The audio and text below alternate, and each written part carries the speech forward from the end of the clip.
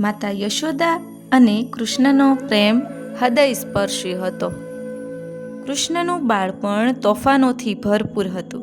જ્યારે કૃષ્ણ એની બાળલીલા કરતા ત્યારે યશોદા માતા તેને વારતા. યશોદા માતા જ્યારે કૃષ્ણને પકડવા જતા, પરંતુ કૃષ્ણ ભાગી જતા, સંતાઈ જતા.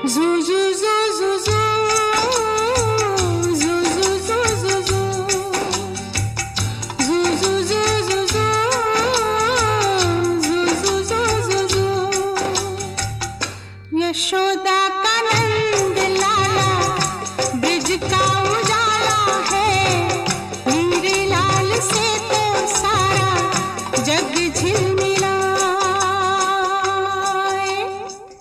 जू जू जू जू जू जू जू जू जू जू. यशोदा